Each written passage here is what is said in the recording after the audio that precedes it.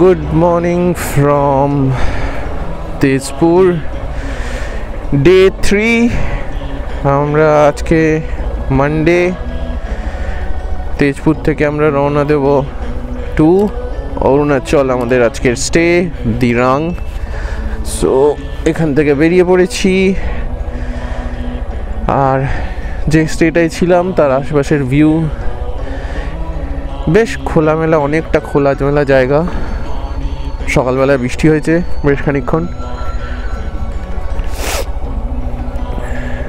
এখন একটু টায়ার প্রেশারটা চেক করাবো, আর তারপর সোজা চলে যাব ভালুকপংয়ের দিকে।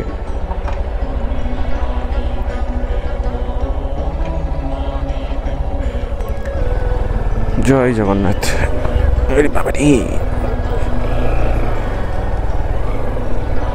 মাঝখান দিয়ে যাবো না, মাঝখানটা ঢিলা রয়েছে, এখান দিয়ে গাড়ি গিয়ে গিয়ে শক্ত হয়ে গেছে।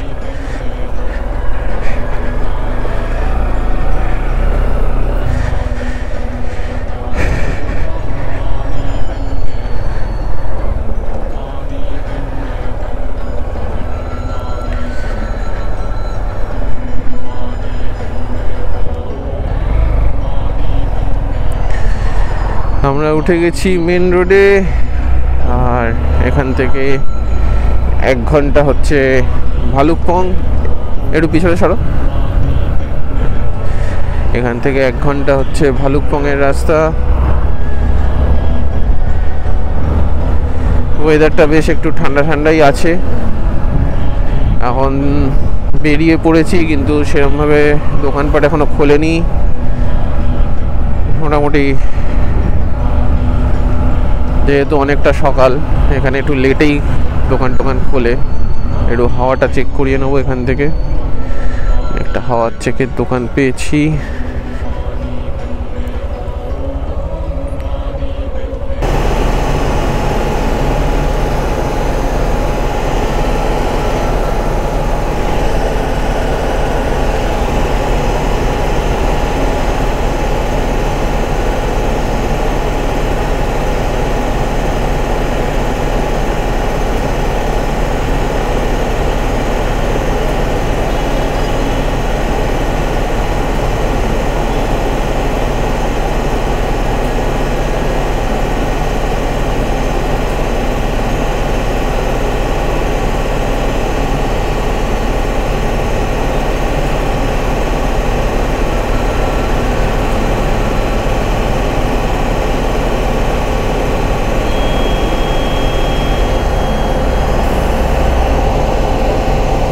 কমবে না, কালকে অত ঝাঁকুনি হয়েছে লোড নিয়ে। কিতনা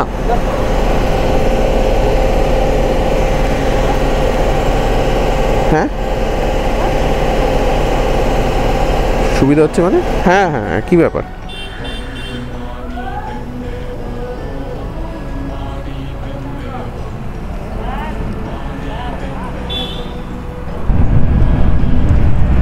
তো এখান থেকে 1 ঘন্টা, এখান থেকে ডিস্টেন্স হচ্ছে অ্যাকচুয়ালি 52 কিলোমিটার মতো, মানে 50, ওই অ্যাপ্রক্সিমেটলি 48-50 কিলোমিটার মতো। তো 1 ঘন্টা লাগবে যেতে দেখাচ্ছে। আমরা মোটামুটি অত তাড়াহুড়ো নেই, অ্যাভারেজ স্পিডে। আর আজকের ব্রেকফাস্ট আমরা করব অরুণাচলে। আমাদের আজকের প্রথম খাওয়া অরুণাচলে। আমরা এখন বেরিয়েছি, কিন্তু সেভাবে কিছু খাইনি, জাস্ট কফি আর একটু বিস্কিট খেয়ে নিয়েছি। কিন্তু অ্যাকচুয়াল মিল আমরা করব হচ্ছে অরুণাচলে।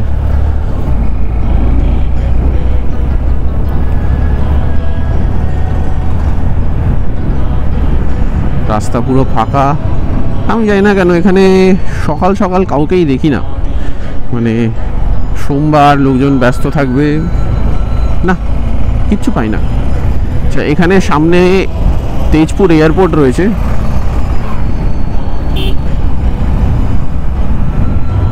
বেশি দূর না, জাস্ট একটুখানি এগোলেই, এখান থেকে একটুখানি এগোলেই অন রোড পড়ে তেজপুর এয়ারপোর্ট। আর এই যে তেজপুর এয়ারপোর্টের রাস্তা ঢুকে যাচ্ছে এখান থেকে, এইটা দিয়ে চলে গেলে তেজপুরের এপাশ থেকে ডান দিক চলে গেলে হচ্ছে তেজপুর এয়ারপোর্টে চলে যাবে। তো তেজপুর এয়ারপোর্ট কিন্তু সিভিলিয়ান প্লাস আমাদের ইন্ডিয়ান এয়ারফোর্সের এয়ারবেস আছে তেজপুর এয়ারপোর্টে। সো এখানে কিন্তু মাঝে মধ্যেই আসামের এই সেক্টরটাতে মাঝে মধ্যেই কিন্তু ফাইটার জেটসের ড্রিল দেখা যায়, এবং ফাইটার জেটস কিন্তু আছে এখানে রিপোর্টেড এই মুহূর্তে।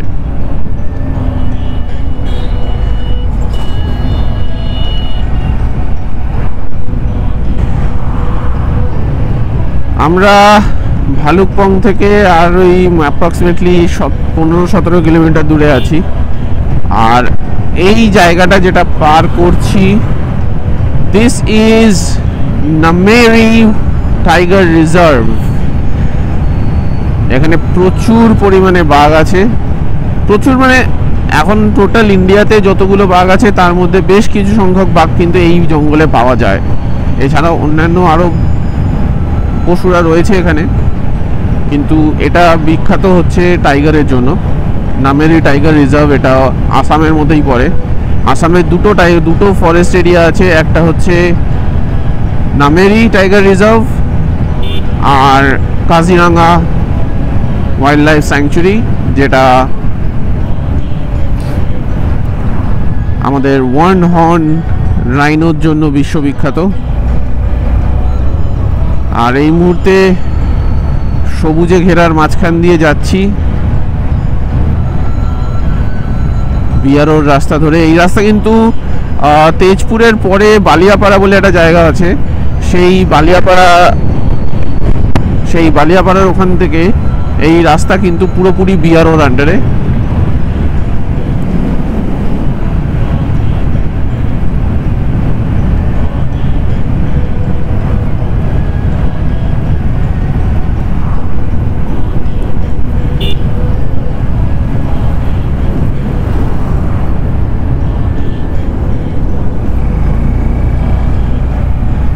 বিশাল জঙ্গল।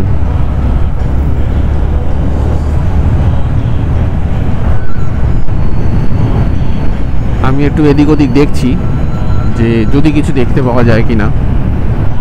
কিছু भी একটা দেখতে পেয়ে যেতে পারি, বলতে পারছি না।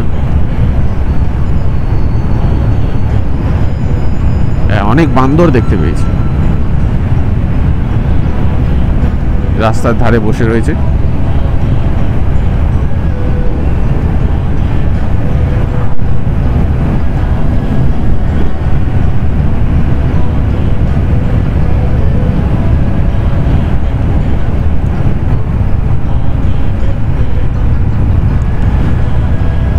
আর আমরা কিন্তু ধীরে ধীরে অল্টিটিউড গেইন করছি, যতটা এগোচ্ছি অরুণাচলের দিকে, বা যে আস্তে আস্তে 1 ফুট করে যখন অল্টিটিউডটা গেইন হচ্ছে, টেম্পারেচারে কিন্তু একটা চেঞ্জ বুঝতে পারছি। টেম্পারেচারটা একটু কোল্ডের দিকে যাচ্ছে, গায়ে একটা ঠান্ডা হাওয়া, মানে প্রত্যেক ফিটে যখন অল্টিটিউডটা গেইন হচ্ছে গায়ে একটা বেশ ঠান্ডা হাওয়া লাগছে। এই অল্টিটিউডটা কিন্তু আস্তে আস্তে বাড়তে থাকবে, and that's the most thrilling part of a mountain ride.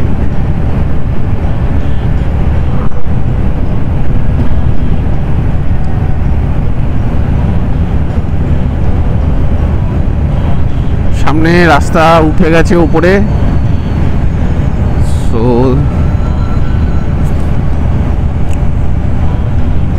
এখান থেকে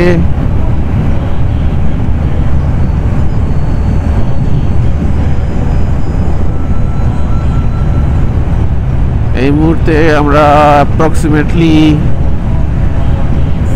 10 ডিগ্রিজ এলিভেশন ক্লাইম্ব করলাম।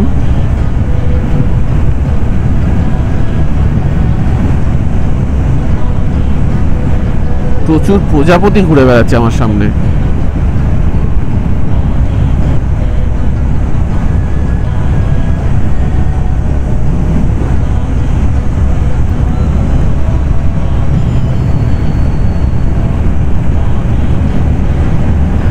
আর অরুণাচলের পাহাড়ের প্রথম ভিউ পুরো দেখা যাচ্ছে সামনে, আর তার সঙ্গে গায়ে মেঘ লেগে রয়েছে। ওফ ওফ, এবার যেন সমস্ত শরীরের যা ক্লান্তি এতদিন চালিয়েছিল, শরীরের যত ব্যথা সব ভুলে গেছি। ভিউটা দেখো শুধু,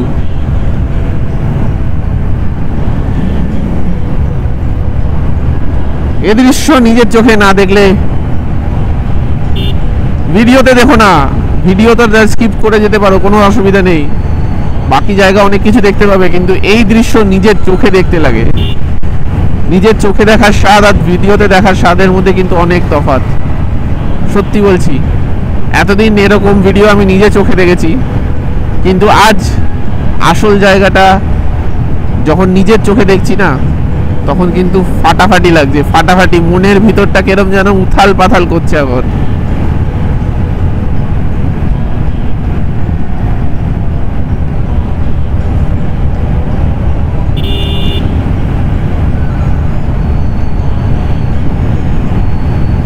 বিশ্বাস করো, মানে এই দৃশ্য দেখে কি করব, গাড়ি চালাবো না গাড়ি থামিয়ে শুধু দাঁড়িয়ে দাঁড়িয়ে সেটাকে দেখবো, বুঝতে পারছি না।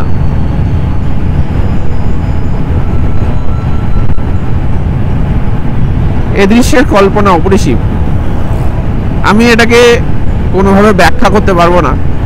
তোমরা আসবে, নিজের চোখে দেখবে, যে যার মতো নিজের মনে নিজের মতো ব্যাখ্যা করে নেবে, কাউকে শোনাবে না যে কি বুঝলে এটা থেকে। সব থেকে বেস্ট কিন্তু এটাই।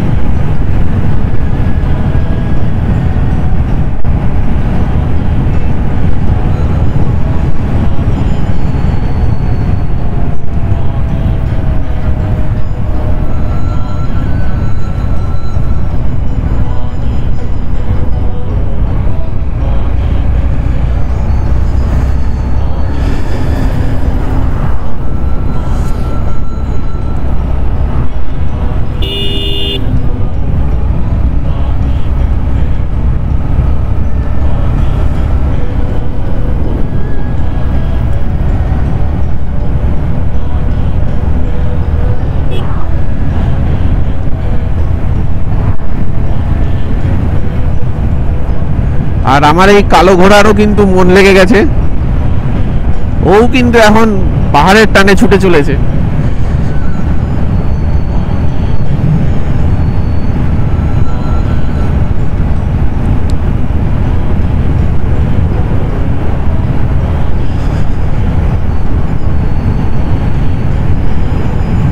আজকে আমাদের গন্তব্য দিরাং। দিরাংয়ের সাংতি ভ্যালিতে আমরা থাকবো, অ্যামেজ ভিউ হোমস্টেতে। আর ভালুকপং দিয়ে ঢুকে আপ টু দিরাং অবধি আমরা প্রত্যেক কটা সাইট ভিজিট করে তারপরে আমরা একবারে হোটেল ঢুকে যাব, মানে হোমস্টে চলে যাব। আমাকে শুধু একটা, আমি এখানে একটাই কথা বলবো, আমাকে শুধু একটা জায়গা দিয়ে দাও, আমি দাঁড়িয়ে দাঁড়িয়ে দেখবো শুধু, আর কিচ্ছু করবো না। আমি দাঁড়িয়ে দাঁড়িয়ে এখান থেকেই দেখবো, আমার এখান থেকে দেখতে যা ভালো লাগছে না, আমি কি বলবো। আমার মনে হচ্ছে আমি কেন একটা কাঁচের বোতল নিয়ে এলাম না, পুরো মেঘ ঢাকা এই ভিউ। ওফ, এরকম সাদা মেঘ, পাহাড় ঢেকে রেখেছে, পাহাড়ের গায়ে পুরো মেঘ রয়েছে। আমরা এই পাহাড়েই উঠতে চলেছি আজকে।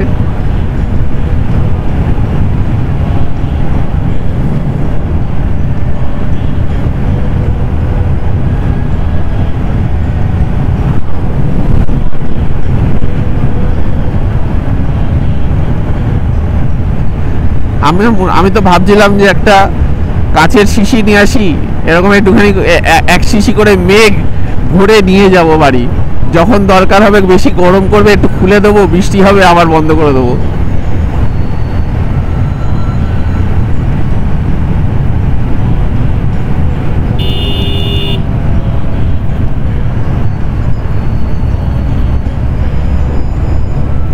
আর এই যে রাস্তাটা, এমন রাস্তা, আমার আগেও কেউ নেই, পেছনেও কেউ নেই, পুরো রাস্তা ফাঁকা, আমি একাই যাচ্ছি এখান থেকে।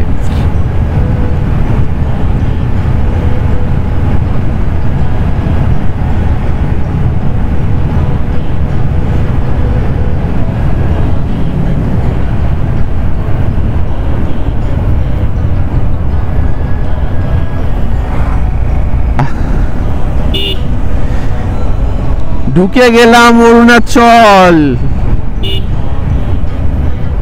আমরা চলে এসেছি অরুণাচল। এখান থেকে সোজা আমরা ঢুকবো ভালুকপং গেট দিয়ে। ওখানে আইএলপি, সামনে দেখা যাচ্ছে ভালুকপং গেট।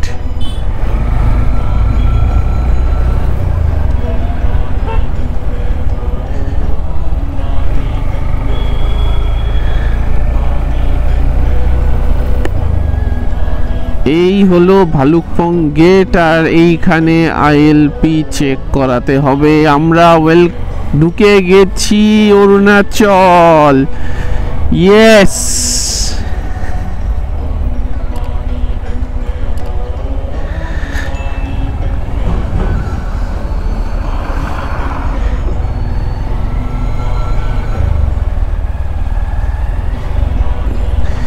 এখানে একটু জিজ্ঞেস করে নেব আইএলপি চেক পয়েন্টটা কোন জায়গায়।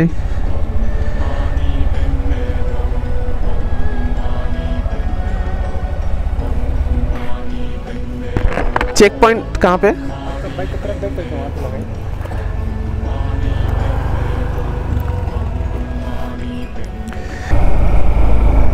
আমরা উঠছি পাহাড়ে। Wow, it's just wow. এখান থেকে বমডিলা হচ্ছে 101 কিলোমিটার, টেঙ্গা ভ্যালি 79 কিলোমিটার, জাং অ্যান্ড তাওয়াং। আজকে আমরা জাং তাওয়াং কোনোটাই যাচ্ছি না, আমরা আজকে শুধুমাত্র যাব আপ টু দিরাং, অ্যান্ড তার মধ্যে ভালুকপং পড়বে। ভালুকপংয়ে আমরা এগোচ্ছি। আমরা জাস্ট চেক পয়েন্ট ক্রস করলাম, ক্রস করে এখন ভালুকপংয়ের মধ্যেই আছি। গাড়ি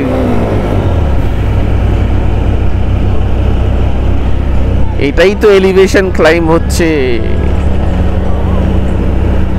বলি যে উল্টে পড়ে যাবা।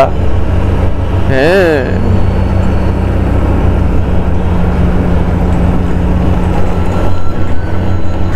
আমরা এখন এগোচ্ছি টিপ্পির দিকে।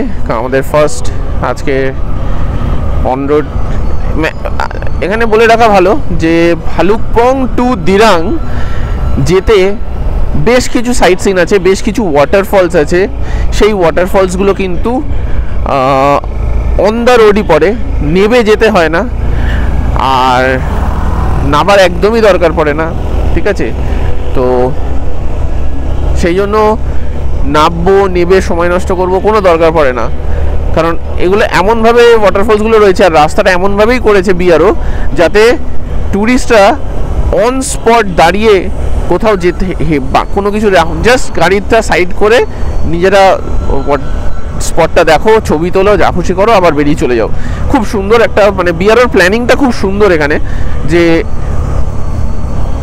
তোমাকে ট্যুরিস্ট স্পটে যাওয়ার জন্য খুব একটা কষ্ট করতে হবে না। কারণ বিআরও বলছে আমরা রাস্তা তৈরি করে দিচ্ছি, তোমরা ট্যুরিস্ট স্পটে গিয়ে সময় নষ্ট করার থেকে আমরা রাস্তাটাকেই ওখান থেকে নিয়ে যাচ্ছি, যাতে তোমরা একবারে ভিউটা করে নিতে পারো। ওই ওপরে দেখতে পাচ্ছ পুরো মেঘে ঘেরা, পাহাড়ের বুকে মেঘ জমে রয়েছে।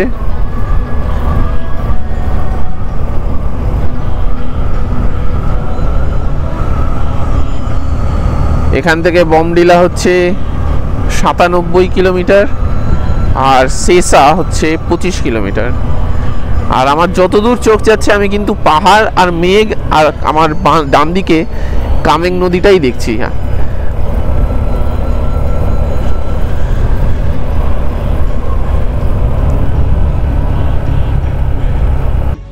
আমরা পৌঁছে গেছি এখন টিপ্পি অর্কিড রিসার্চে। এখানে প্রচুর পরিমাণে অর্কিড রয়েছে যেগুলো অরুণাচলে পাওয়া যায়।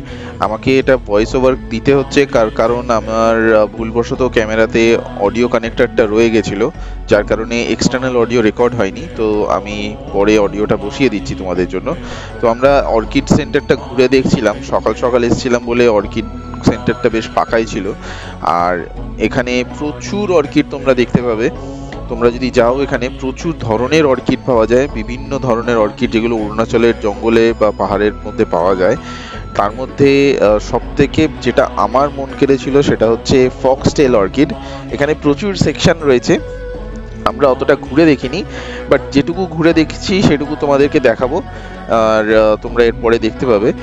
আর আমার যেটা বেশি মন কেড়েছে সেটা হচ্ছে ফক্সটেল অর্কিড, যেটা দেখতে খুবই সুন্দর, শিয়ালের লেজের মতো বেগুনি রঙের হয়, খুব হালকা পার্পল কালারের হয়, কিন্তু দেখতে খুব সুন্দর লাগে ঝুলে জিনিসটা।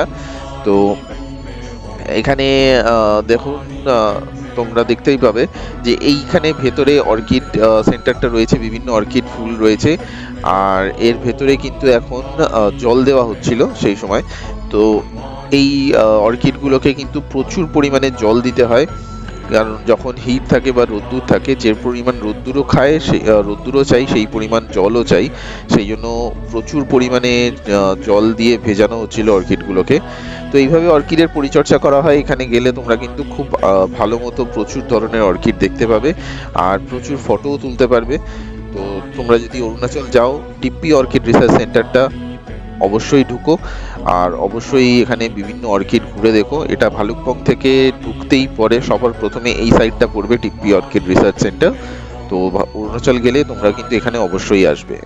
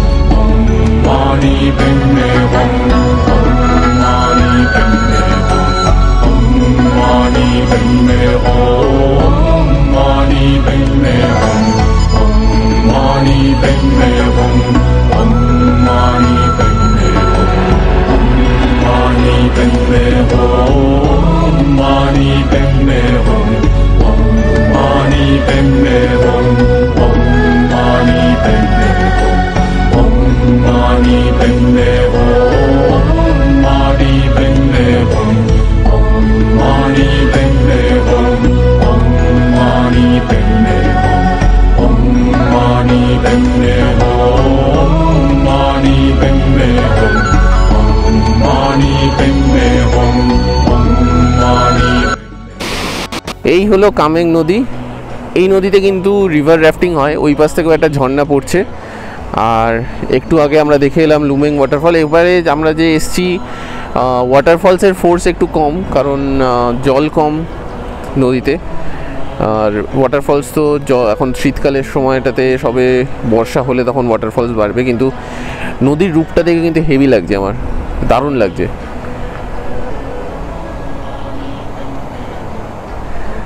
সুন্দর লাগছে এই জায়গাটা। এখানে রিভার রাফটিংও হয়। এখানে সামনে একটা অফিস আছে, সেখানে কথা বলে রিভার রাফটিং করা যায় এখানে।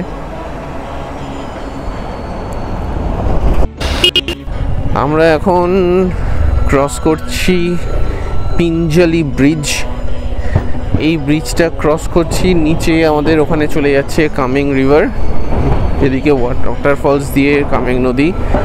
এখান থেকে আবার আমরা রাইজ করব। এখানে বিভিন্ন ধরনের আচারের দোকান আছে।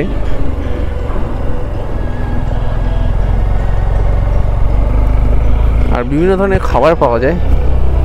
আমরা এখন ঠিক করলাম যে ব্রেকফাস্টটা আমরা সেভাবে করব না, আমরা ডাইরেক্ট ব্রাঞ্চ করব। আমরা প্রথম হেয়ার পিন টার্ন নিচ্ছি।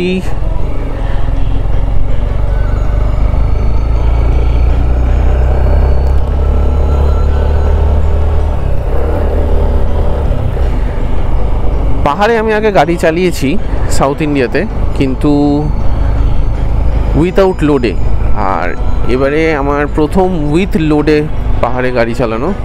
আচ্ছা, এই যে পাহাড়ের সাইডে মানে একটা করে সিম্বল দেওয়া, পাহাড়ের সিম্বল দিয়ে সেখান থেকে পাথর পড়ছে, এখানে কিন্তু তার মানে সামনেই আপনার রয়েছে ল্যান্ডস্লাইড। এই যে এই জায়গাগুলো ল্যান্ডস্লাইড হয়েছে, আর এইখানে এই যে জাল দিয়ে বাঁধা, অ্যাকচুয়ালি ওইগুলো হচ্ছে শুটিং স্টোন। শুটিং স্টোন কখন হয়, মানে আপনি খুব জোরে হর্ন বাজাচ্ছেন বা কোনো ভাইব্রেশন হলো সাউন্ডের, বা যে কোনো ভাইব্রেশন, হালকা ভাইব্রেশনেই এখানে খুব লুজ পাথর রয়েছে, সেই লুজ পাথরগুলো কিন্তু পড়তে শুরু করে। আর ওই পাথর যখন পড়ে, সে আপনি যত দামি হেলমেট থাক না কেন, হেলমেট কিন্তু ফাটিয়ে দেবে। কারণ ও যখন পড়ে তখন তার গ্র্যাভিটেশনাল ফোর্সটা মারাত্মক থাকে, ওর প্রথমত রোলিং, তার উপরে গ্র্যাভিটেশনে টানছে। সামনে একটা বেন্ড রয়েছে উইথ অ্যান ইনক্লিনেশন,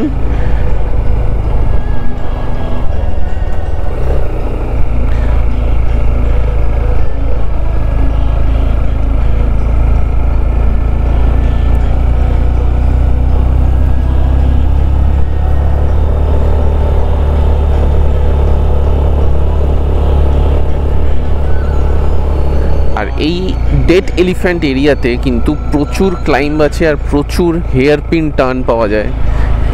মানে অরুণাচলে রাস্তার মধ্যে এইখানে এরিয়াতে কিন্তু প্রচুর হেয়ার পিন টার্নের রাস্তা পাওয়া যায়। সেই জন্য আর আমার মনে হয় পাহাড়ে যখন কেউ তোমরা গাড়ি চালাবে, পাহাড়ের মজাটা নেওয়ার জন্য গাড়িটা আস্তে রাখাই ভালো, নাহলে কিন্তু পাহাড়ের যে ভিউ, সেই ভিউটা কিন্তু তোমরা কোনোদিনই পাবে না।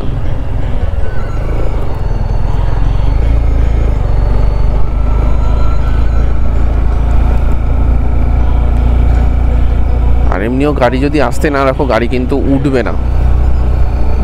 গাড়ি কিন্তু ইনক্লিনেশনে লো গিয়ার ছাড়া গাড়ি কিন্তু পাওয়ার নেবে না। কারণ আমরা যারা ট্যুর করি তারা অনেক লাগেজ ক্যারি করি, পিলিয়ন অনেকে থাকে বা থাকে না, মেইনলি আমাদের থাকে লাগেজ। তো সেই জন্য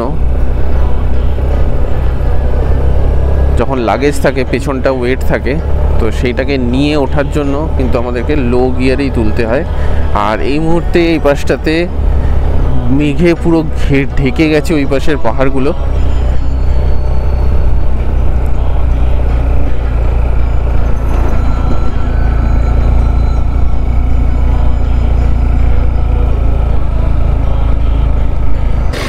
তো অরুণাচলে ঢুকে আমাদের প্রথম বৃষ্টি পাওয়া চারিদুয়ার ফলসের দিকে যেতে, আর আমরা কিন্তু এখন পুরো ডার্ক ক্লাউডসের মধ্যে রয়েছি, একদম ডার্ক ক্লাউডসের মধ্যে। আমাদের আশেপাশে শুধু যেটুকু ইয়ে রয়েছে সেটুকু দেখতে পাচ্ছি, নিচে কিছু দেখা যাচ্ছে, এদিকটা আমরাও কিছু দেখতে পাচ্ছি না। পুরো ক্লাউডসের মধ্যে কিন্তু আমরা রয়েছি, বৃষ্টি পড়ছে, টেম্পারেচার বেশ ড্রপ করে গেছে এখানে। গাড়ি ওই জন্য রাস্তাটা হালকা ভেজা রয়েছে, গাড়ি ওই জন্য এমনিই গাড়ি আসতে যাচ্ছে। আর লাইট কিছু এক্সট্রা যাতে করতে পারে, দুটো রিক্সাটা ইজি ডিটেকশন যেতে পারে।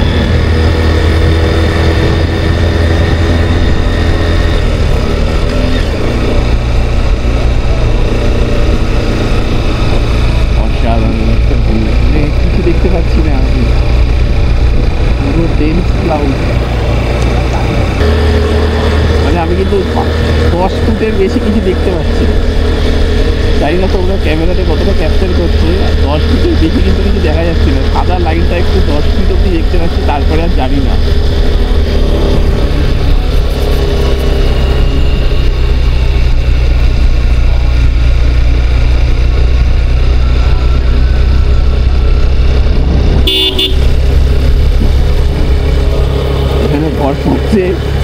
আমার মোবাইলে যেটুকু ম্যাপের টার্ন দেখতে পাচ্ছি, ওই টার্ন, তার সাথে গাড়ির হর্ন আর লাইট, অসাধারণ অভিজ্ঞতা। পুরো ক্লাউডের মধ্যে দিয়ে আমরা পৌঁছেছি চারিদুয়ার ওয়াটারফল। এইখানে আমি একটু গাড়িটা পার্ক করি, অ্যান্ড এই হলো চারিদুয়ার ওয়াটারফল। এই ঝর্ণাটা বেশ ভালো লাগছে। এইদিকে পুরো মেঘ। আমরা আবার এখান থেকে ঘুরে ওই পাশের যে সাদা দেখা যাচ্ছে রাস্তা, ওই রাস্তা ধরে কিন্তু আমরা আবার উঠে যাব। আর এই হচ্ছে ওয়াটারফলস।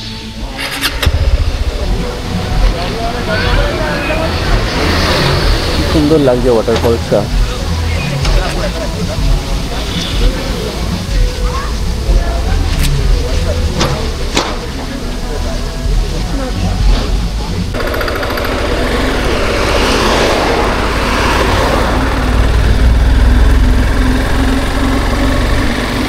আমরা চারদুয়ার ওয়াটারফলস দেখে আর সেখানে দেখতে দেখতে এতটাই সেখানে ডেন্স ফগ, মানে ক্লাউড বলবো না ফগ বলবো বুঝতে পারছি না, মানে পুরোপুরি ফগের মতনই লাগছে ক্লাউডগুলো, মানে পুরো একদম।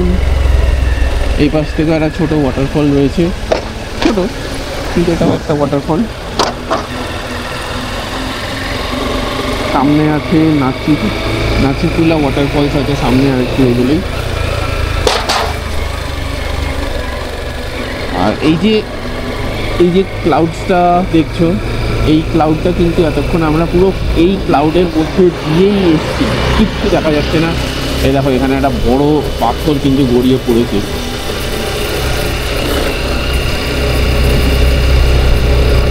এই জিনিসগুলো কিন্তু খুব মানে সাংঘাতিক এই পাহাড়ে। আর বিশেষ করে এইরকম টাইমে প্রথম কিন্তু এরকম, আমরা এতক্ষণ তো ছোটো ছোটো দেখেছিলাম, এটা বিশাল বড়।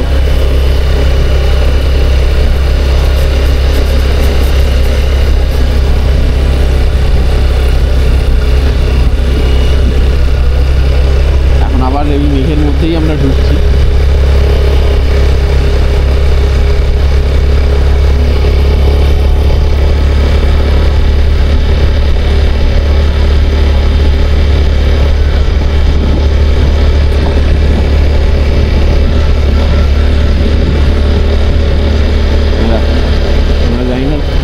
বুঝতে পারছো, মানে রাস্তা আর কিছু দেখা যাচ্ছে না।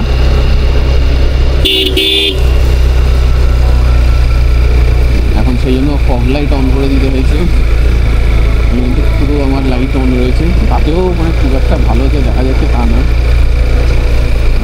আমি এতক্ষণ হলুদ লাইটটা জ্বালিয়ে রেখেছিলাম, এবার আমি সাদা লাইটটা জ্বালালাম, কারণ ফগের মধ্যে তো সাদা লাইটটাই কাজ করবে।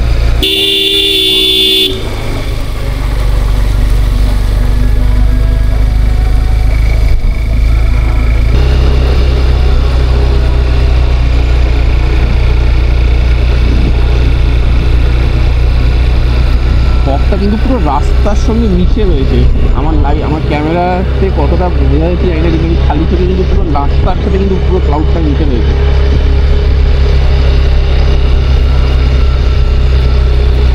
শুধুমাত্র আমার এই গাড়ির ফগ লাইটের জন্য আমি কিন্তু একটু বেটার ভিজিবিলিটি পাচ্ছি, মানে আমি কিন্তু শুধুমাত্র এই মাঝখানের যে সাদা দাগটা রয়েছে, তিনটে দাগ দেখতে পাচ্ছি, এই তিনটে দাগ যেরকম ঘুরছে লাইটের ইয়েতে তিনটে দাগ দেখা যাচ্ছে, ওই তিনটে দাগই আমি ফলো করে করে কিন্তু গাড়ি চালিয়ে যাচ্ছি।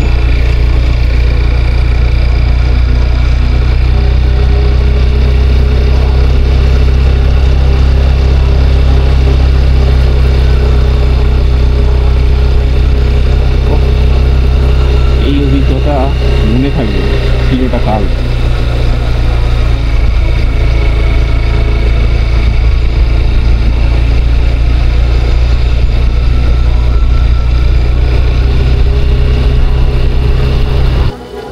এতটাই ডেন্স হয়ে গেছে, গাড়ির ইন্ডিকেটারগুলো দেখা যাচ্ছে না, সামনে যে গাড়িগুলো গেল তার ইন্ডিকেটারগুলোও পরিষ্কার দেখা যাচ্ছে না। মানে ভাবো কতটা ডেন্স, কতটা ডেপ থাকতে পারে এই ফগটার, এই ক্লাউডগুলো।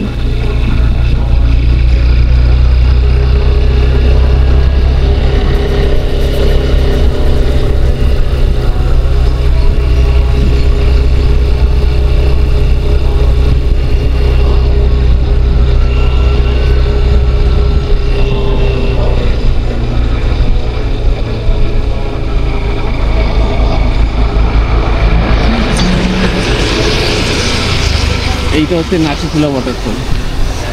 এই যে বন্ধুরা, এখানে নাচিকুলা ওয়াটারফল একদম রাস্তার ধারে।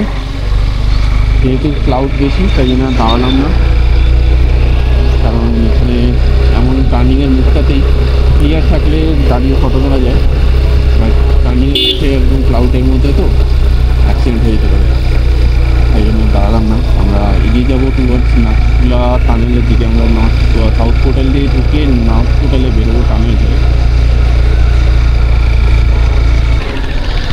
এইবারে আমরা এন্ট্রি করছি টানেলে। এটা হলো নেটিপু টানেল।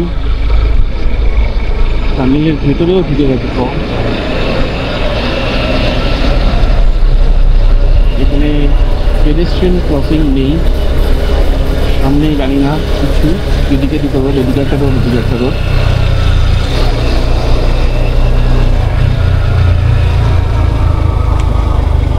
আমরা শুধু এগিয়ে যাচ্ছি।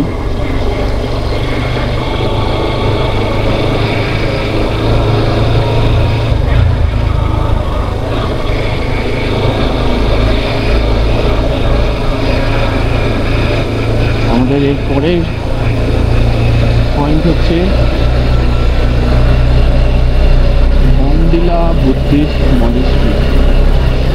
আমরা এই পোর্টালটা দিয়ে কিন্তু আমরা অ্যাকচুয়ালি শেষ করলাম ভালুকপং সেক্টরটা। এই ভালুকপং সেক্টরটা শেষ করলাম হলো এই সাউথ পোর্টালে। নর্থ পোর্টাল থেকে আমাদের শুরু হয়ে যাবে বমডিলা সেক্টর।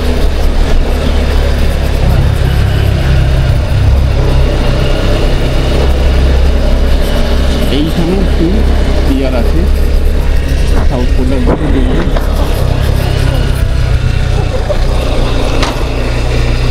আমরা এবার মুভ করছি আমাদের নেক্সট স্টপেজ। তো আমরা এখন দাঁড়িয়ে আছি সাসপেনশন ফুট ব্রিজের ওপরে, নিচ থেকে নদী যাচ্ছে। আর এই ব্রিজটা পুরো সাসপেন্ডেড, শুধু দুটো পিলার ওদিকে তারগুলো, এই বড় তারটা ওখানে কানেক্টেড আছে দু মাথায়। আর বাকি কিন্তু ব্রিজটা কিন্তু অ্যাকচুয়ালি পুরোটাই, কোনো লক নেই, পুরোটাই খোলা। ব্রিজটাও কিন্তু দোলে কেউ হাঁটলে, খুব সুন্দর লাগে, বেশ মজাদার একটা। হ্যাঁ, একটু কয়েকটা কাঠ একটু ঢিলা আছে, বাট হাঁটা যায়। আর নিচ থেকে এই যে নদী বয়ে যাচ্ছে, নদীটার নাম হচ্ছে তেঙ্গা রিভার। এই নিচ থেকে যেটা যাচ্ছে এটা তেঙ্গা রিভার। তেঙ্গা রিভারে প্রচুর পাথর, ন্যাচারাল পাথর প্রচুর, তার মাঝখান দিয়েই জলটা আস্তে আস্তে ধাপ কেটে কেটে নেমে আসছে। সেই জন্য বেশ সুন্দর লাগছে দেখতে। আর সেই পাথর কেটে পাথরের ফাঁক ফোকর দিয়ে যখন জলগুলো ফোর্সে বয়ে যাচ্ছে, ঝর্ণার মতো আওয়াজ হচ্ছে।